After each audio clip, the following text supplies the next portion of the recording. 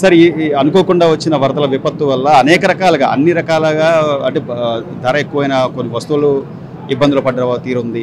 ఈ రోజున కార్లు కానివ్వండి, లేకపోతే వాషింగ్ మిషన్స్ అని కానీ, టీవీలని కానీ ప్రభుత్వం వీళ్ళందరికీ చొరవ తీసుకొని ఈ రోజున ఇన్సూరెన్స్కి సంబంధించి ఒక కేంద్రం ఏర్పాటు చేయడం కానీ, ఇక్కడ దానికి సంబంధించిన అధికారులు తెలుసుకుంటుంది కానీ ఎట్లా ఉంది సార్?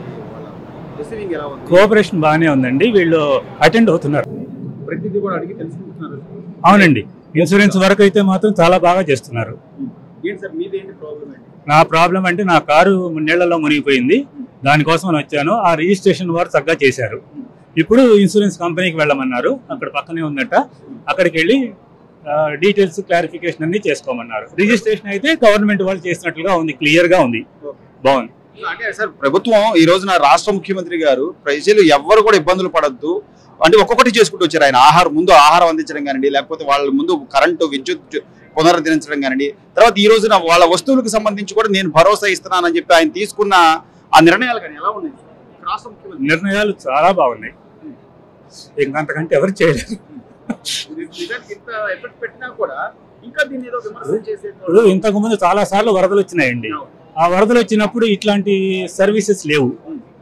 ఇట్లాగా వెహికల్స్ కానివ్వండి, లేకపోతే ఐటమ్స్ కానివ్వండి, ఇంట్లో ఐటమ్స్ కూడా కలిపి something is going to happen అనేటువంటి హోప్ ఉంది.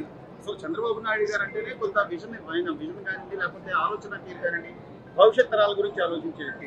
ఈ రోజున ఈ తరహా అంటే ఈ వరదల నేపథ్యంలో మన కార్లకి సంబంధించిన లేకపోతే మన వస్తువులకు సంబంధించి ఇన్సూరెన్స్ కూడా ప్రభుత్వం దగ్గర నుండి మేము క్లెయిమ్ చేస్తామని చెప్పడం ఎలా ఉంది సార్? చాలా ఎంకరేజింగ్ గా ఉందండి. అంటే మనం దెబ్బతిన్నాము, దెబ్బతిన్నా హోప్ ఇచ్చారు. అది సో ఎంతో కొంత మనం మళ్ళీ కోలుకోగలం అనేటువంటి డెఫినెట్ గా ఉందండి, డెఫినెట్ గా ఉంది. సో చంద్రబాబు గారు పనితీరు బాగానే ఉందంటారు సార్? ఈ 10 రోజుల నుంచి చూస్తున్నారు కదా ఈ విపత్తు, ఎక్స్పెక్టేషన్ కంటే ఎక్కువ ఉంది. మనం అనుకున్న దానికన్నా కూడా ఎక్కువ చేశారు. సో డిజాస్టర్ మేనేజ్మెంట్ అంటేనే చంద్రబాబు నాయుడు గారు అనుకోవచ్చు అంటారు. తప్పకుండా ఇంతవరకు ఏ స్టేట్ లో లేని డ్రోన్స్ లో ఆహారం పంపించడం, డ్రోన్స్ ద్వారా.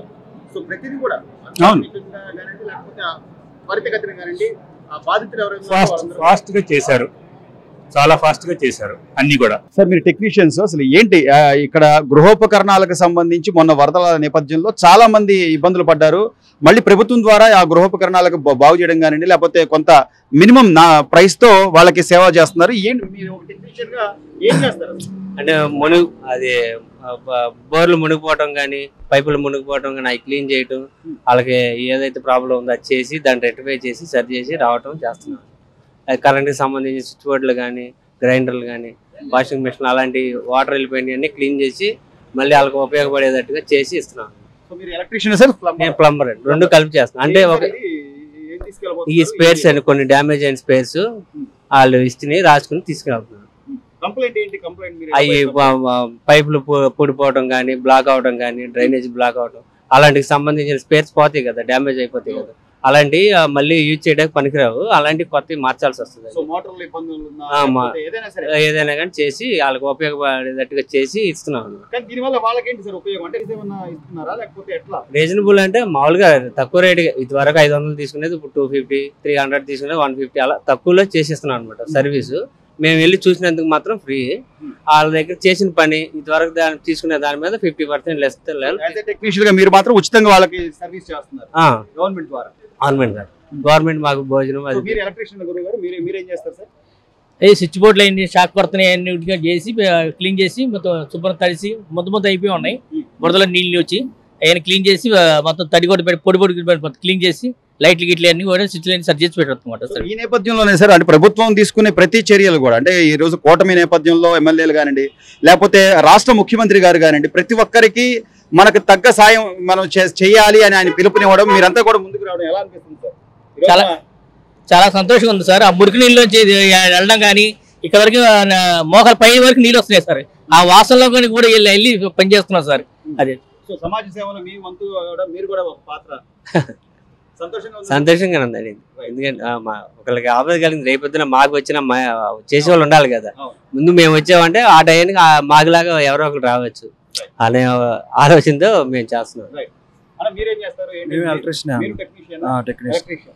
మీరు ఇప్పటి వరకు ఏం కంప్లైంట్ చూసారు? ఎలక్ట్రికల్ స్విచ్ బోర్డులు వాల్డర్లు అయిపోతే చేస్తున్నాం. స్విచ్లు పోతే అవి క్లీన్ చేసి మొత్తం మార్చి చేస్తున్నాం. సో వాళ్ళ స్పందన ఎలా ఉందన్న? మీరు వెళ్ళి వాళ్ళకి సర్వీస్ ఫ్రీగా చేస్తున్నారు, సంతోషంగా నామినల్ ఫీ కొంత, అంటే వాళ్ళు బయట చేయించుకోవాలంటే మళ్ళీ ఎలక్ట్రీషియన్ డబ్బులు ఇవ్వాలి, ఆ వస్తువులకు డబ్బులు ఇవ్వాలి, ఇవన్నీ ఉన్నాయి కదా? ఉన్నాయి కదా, ఉన్నాయి. అంటే అలాంటిది మినిమం ఎంత అవుతుంది ఇప్పుడు ప్రభుత్వం ద్వారా వాళ్ళకి ఎంత అవుతుంది? అదే మనం అయితే మామూలు టైంలో వెళ్ళి చేస్తేనేమో 500 వాళ్ళు తీసుకుంటాం. ఇప్పుడు కంపెనీ తరఫున కాబట్టి 250 అలా తీసుకుంటాం అన్నమాట. సగానికి సగం అలా చేస్తున్నాం. అవును. సార్ అలాగే మీ గ్యాస్ భారత్ గ్యాస్ ఏం చేస్తారు సార్? మీ సేవ భారత్ గ్యాస్ విద్యాధరపురం దగ్గర భవానీ గ్యాస్ ఏజెన్సీ గద్దె హరిబాబు గారిది గ్యాస్ కంపెనీ. ఆయన తరపు నుంచి మనం ఫ్రీ సర్వీస్ గా పెట్టాం. గత వారం 10 రోజుల నుంచి ఫ్రీ సర్వీస్ చేస్తున్నాం. దాదాపు ఒక 3,000-3,500 స్టవ్ని ఫ్రీగా చేసాం. ఏదైనా స్పేర్ పార్ట్లు పోయినా అతి తక్కువ ధరకే, మనకు వచ్చిన ధరకే ఇవ్వమన్నారు మా ఓనర్ గారు హరిబాబు గారు, గద్దె హరిబాబు గారు.